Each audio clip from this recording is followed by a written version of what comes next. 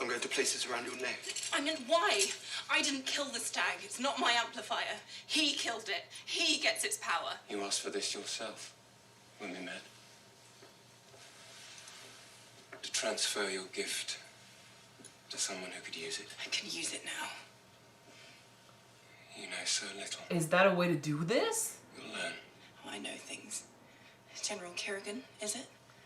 Or is Alexander a fake name too? Careful with your words, Alina. Consider whose life is in your hands. Do you know the only thing more powerful than you or me? The two of us. Together. Together, we can end all wars. At what cost, We though? can protect our own. Are we destroying the fold? We can do anything You're not answering the question. together.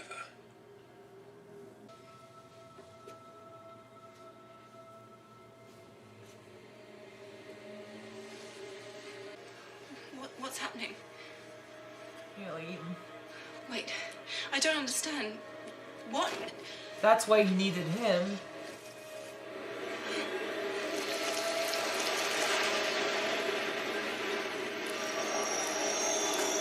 Ah.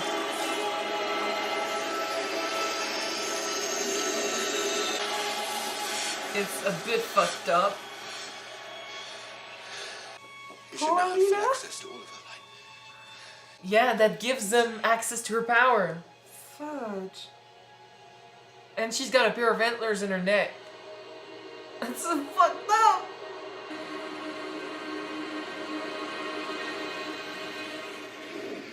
Oh boy. This isn't good. This is my power. But now I control it. Be stronger. So his idea of together we can do anything basically means me with your power and mine. At least one of them will have to go and tell it. The skiff is still here. Travellers downstairs are complaining they were due to cross this morning. Orders from the Black General. He plans to cross on it tomorrow. The General? Is that the same General who tried to, oh yeah, kill us all? Yeah. That one? Good He memory. has the Sun Summoner. Was this your plan all along? To have the General get her back so you can take her again? My plan is to get us across the fold. I mean, maybe. We aren't prepared for another fight. No. So all you want is to cross the fold. Once we land in Nova Cripius, it's your choice what you do next.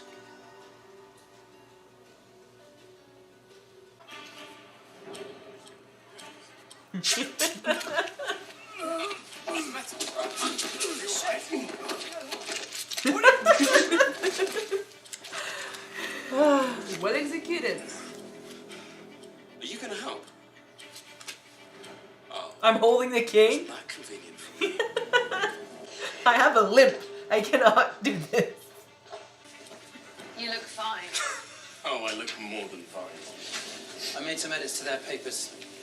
Should be enough to get us through the checkpoint and onto the skiff. No one is ever going to believe I'm that old. You tell yourself.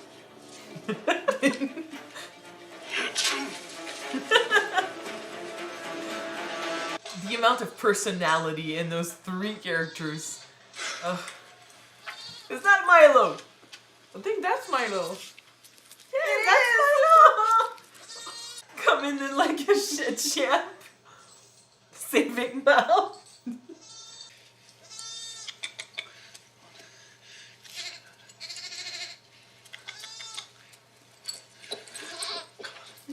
What is he doing here? Oh, you're So cute. beautiful, aren't you? Yes, you're a good boy.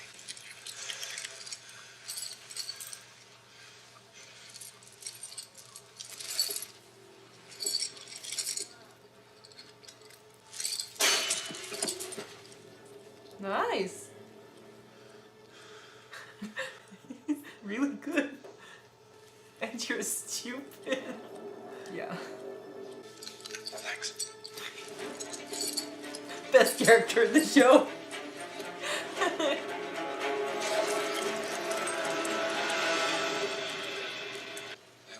foreign diplomats on this crossing of the fold? If you want me to play along with your demonstration, you will release Mal. Please. I just want to talk to you. I've had enough of your lies. And what lies are those? Everything. Well, did he lie to About her? the Black Heretic. He never said he You wasn't. spun all this guilt around your burden, sins of your father. Oh, it's true. There's no father. You created the fold. You killed my friends. And now your perversion of power extends to me. Everything that I have ever done has been to make Ravka safer, to make Grisha safer. Do you think Genya was safe when you placed her under the king's watch? Am I to believe that you'll show Bagra mercy? I could have made Grisha safe, but you never gave me a choice. Perhaps. But you have given me one. A chance to make amends, to finally win. The fold was not your mistake. The fold was no mistake. Well, I never intended for it to be the blight it's become. Or for men like the king or Zlatan to exploit it for their own gain. You put this collar on me to exploit my power for your gain. Us. To help us conquer the fold together. You and me. he's a good villain because he has a point. But he does things so wrong. You could have made me your equal. Instead, you made me this. Some sort of slave, basically. Yeah. Because You he doesn't don't care. care who suffers, as long as you win. That's what I'm saying. But he doesn't see it that way, so it's hard to convince him. Fine. Make me your villain. I knew about this. I knew about that sentence because I saw behind the scenes where he greeted the author with these words. That says a lot about the character. I know. I look amazing for my age. Well, I thought you looked older. Oh shit!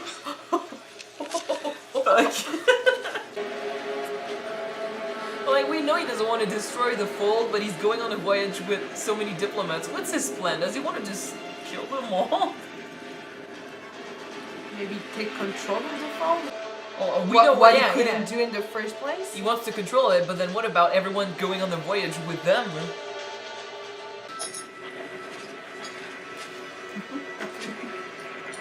I don't know how he does it, but he's always where we need him. Good news. It's just as terrifying as I remember. Except this time we're going in completely exposed. With no Milo.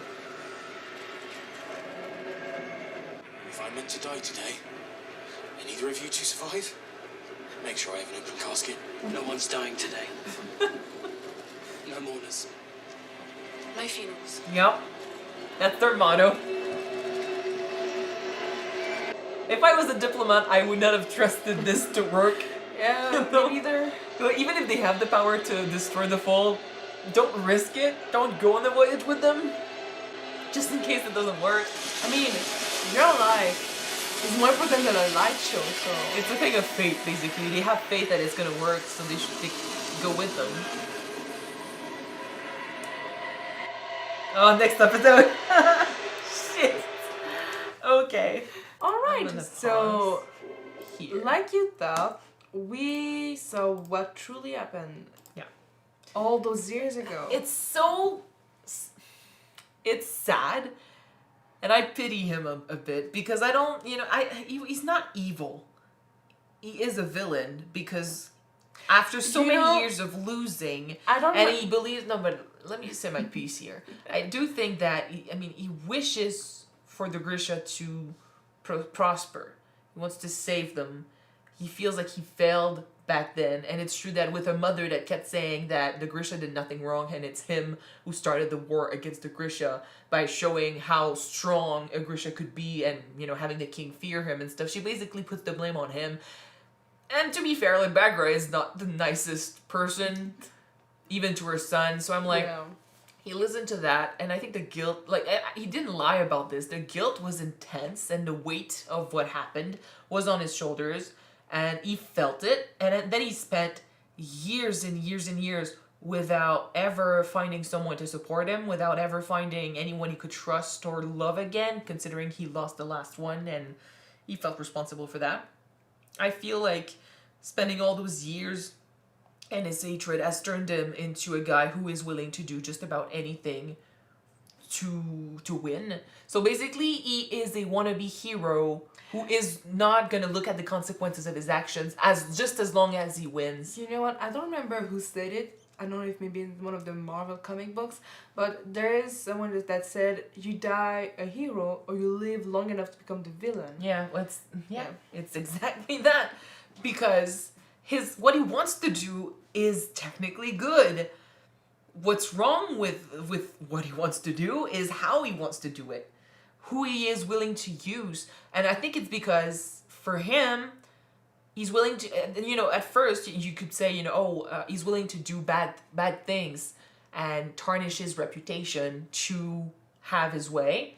And it's a good end game he wants, basically, for the Grisha, but it's not a good ending for everyone else. That's the main problem, And then you add to that the fact that he probably sees humans and people as, things whose life don't really matter because they don't live nearly as long as he does. Yeah, he sees them as mortals, so then his perception of death and suffering is completely twisted by the fact that he's lived this long. So when he uses people, he sees that as a mean to an end, not something that will impact them and not something that he will feel guilty about. So that's, at the end of the day, he's not a bad person, but his morality, his sense of morality has been twisted by how old he is, what he's been through, and what he's seen, and the guilt he carries on his shoulders.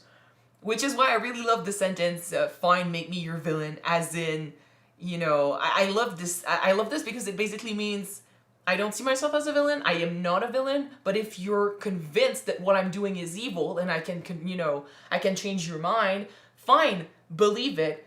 I have to keep going still, no matter what. Yeah. So this is the character, and that's why I'm like, I feel bad because I do understand, but I cannot agree. I cannot accept what he's doing, just like Alina doesn't accept what he's doing. Although I have to say, I feel like how the mother told the story of her son is a bit fucked up compared to what actually happened. I feel like she saw it a certain way, and she's not wrong.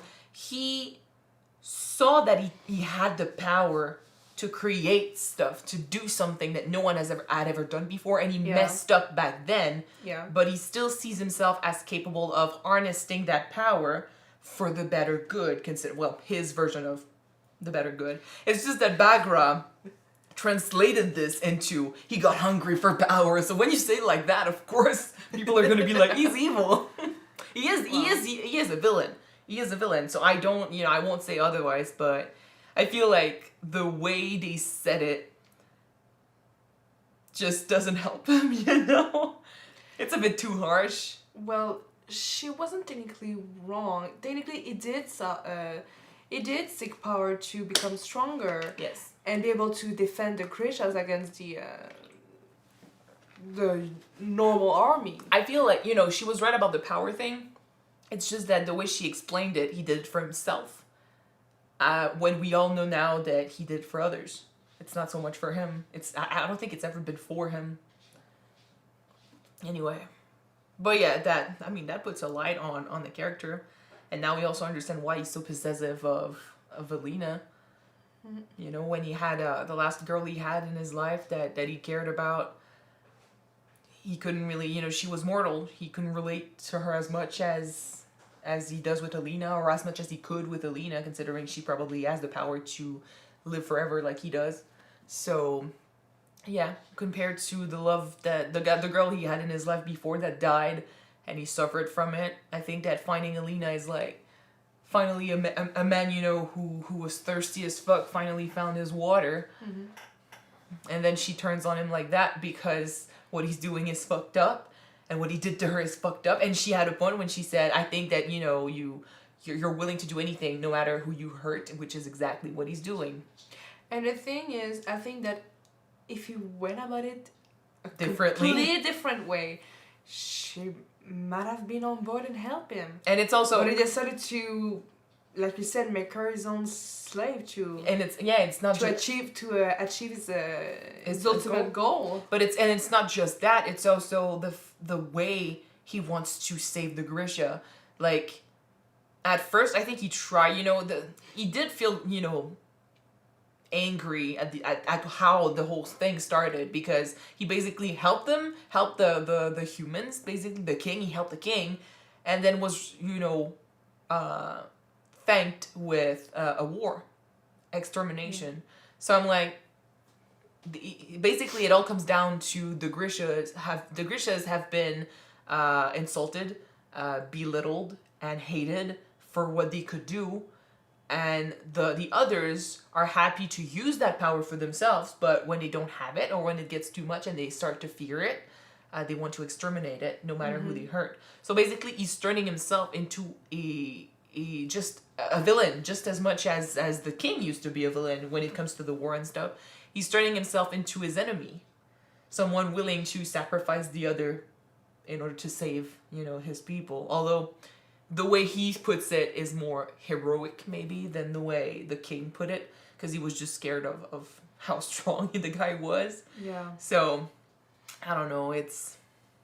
The way he wants to do it, he wants to take over the fold and control... Like, he wanted to create an army, that's the thing. He wanted to turn the army of the king into his army, which is still what he wants to do by controlling what's in the fold, controlling the Volcra, yeah, right? Volcra, yeah. By controlling them, and by having also the power to maybe turn other people into Volcras, he gets to have his army and they listen to him.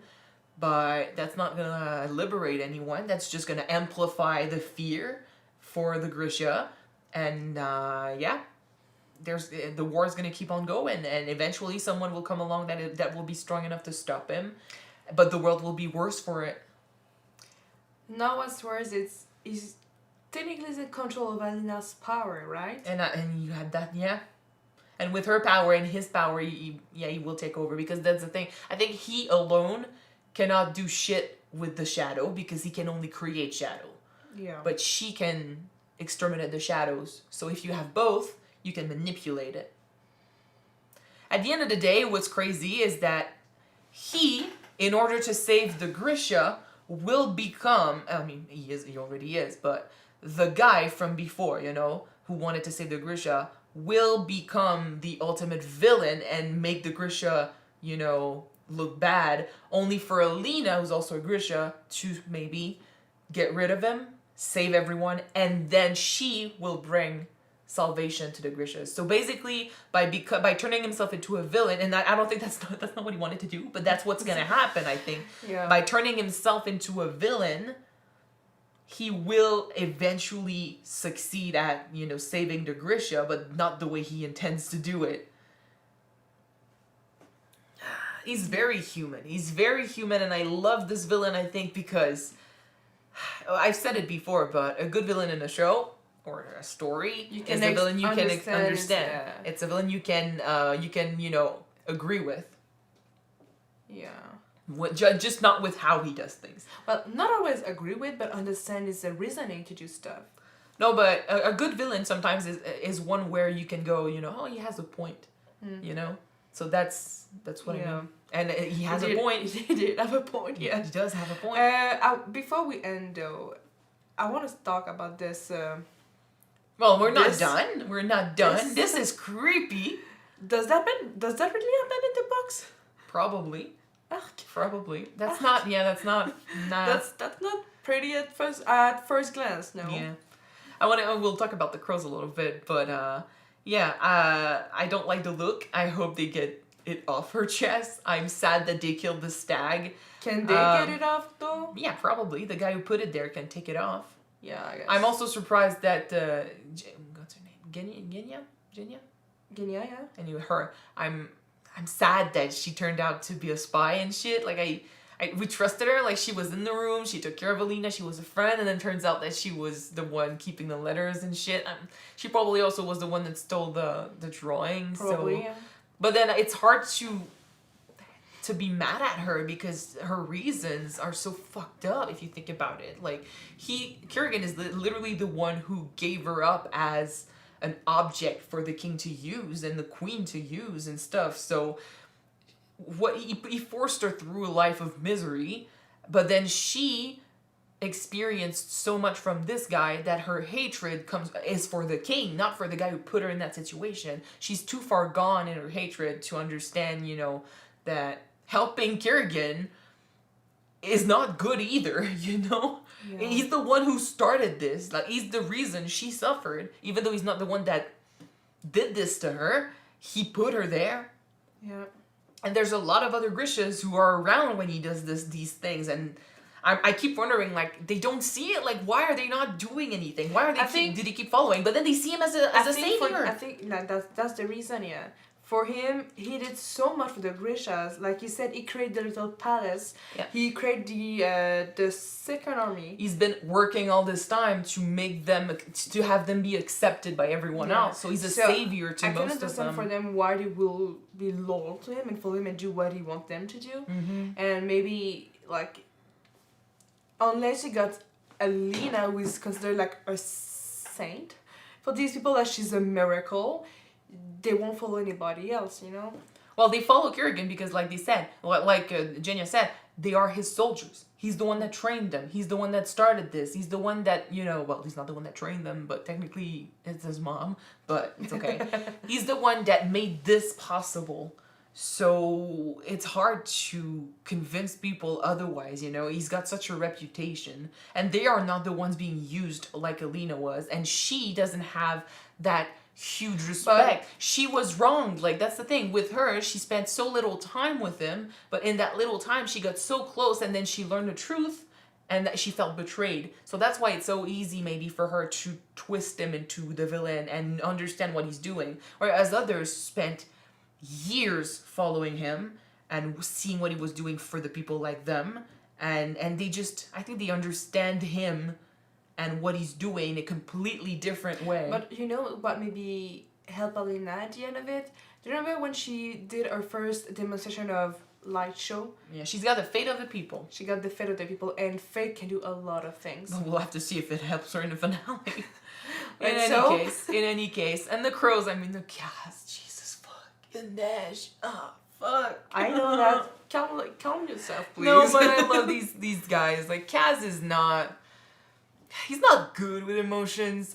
He definitely feels them. Like, he likes to... He's a kid pretending to be a man. That's the thing. He's a kid pretending to be a man, a cold man with no emotions. But he definitely has emotions. It's just he doesn't know how to share them. And how to say... He does it. I mean, he does it better, I feel like, in the show than he does in the books. But I feel like it always gets awkward when they get into their feels, and Inej is just asking for proof that she matters to him. And he proved it several times, but he's so awkward at saying it. Like, he never says it. He does things. Action is usually his go-to, you know? He likes to show it by doing stuff, you know, buying her and you know, making sure that she doesn't go back to the menagerie. But then at the end of the day, he doesn't want to show his emotions, because emotions are weakness if someone can exploit it. So I have a question for you though, regarding what Inej told Jesper when she was sewing her stuff up. She said that she learned to do it at the menagerie, and well, yeah, I don't want to go into details about that. You can imagine it's a whorehouse. Yeah. You can imagine. I'm not going to go into more details. But yeah, no, her life was miserable at the menagerie, and she will not go back. I get it. I completely understand. And Kaz won't let her. And then there's also the question, like, the thing with Kaz is we never really know what he wants to do and where he wants to go and stuff like that. So you just follow along the way, guys. But it's not hard. Like, I get why Inej is like, what was your plan? Like, was that your plan all along? You know, go against what I wanted and pretend you just wanted to cross back, but then in the end, you want to let Kirigan capture Alina and then take her, even though I'm not for it. It's hard to say. It's hard to tell what he wants to do. He did say, like, she was free to go after, you know, they crossed, basically. Yeah. But, I mean, I wouldn't put it above him to still have a plan to get the money, because his Crow Club and Inej depend on it. So, yeah. Well, I mean, the Crow Club could technically buy Inej's freedom, but he would still lose the Crow Club. So I'm like, I mean, we'll have to wait, see what they do. I mean, they are here on the boat with Alina, so at the end of the day, the chance is right there. We'll see. We'll have to see if they take it. Although I know Inej doesn't want to, give Alina to the merchant back in Kirigan. So they need to find a way to get the money without giving Alina. Yeah. We'll see. But I like that conversation. Hey, maybe they can use one of the tailors to modify somebody's face and give Alina, but not giving Alina. But what if the person they give? That's gonna change afterwards. You're evil. Once you get the money, you just change the face. No, but that doesn't work like that. Who knows? That might be a plan. Mm-hmm. Maybe a bad one, but that's still a plan. But I really liked the conversation between Inej and Kaz around the fire, and about why he called his people the Crows and what it means to him to call them the Crows. I love them so much. You love them, I know. I said it. I know. I'll repeat it over and over again. But I mean, for once, he's always in his head, so it's nice to see him talk about his feelings a little bit and actually show that he cares. I like that thing about what do you believe in. He believes in himself. I know there's a quote like that in the book. I just don't remember if it was exactly that he answered, because I was like this. He believes in money. Well, he does believe in money, what money can buy him, what money can do, and stuff. I think that's also what he answered in the book. But believing in himself is also very accurate. Yeah. But then adding I believe in you too, and I believe in Jesper too, and I'm like, oh, buddy. You need to trust these guys. Yeah. Well, he does. Trusting these guys and allowing them to be close to you and show it so that they don't leave. It's always been about that with Inej and Kaz. It's that they love each other, but, well, they don't know it yet, but they love each other.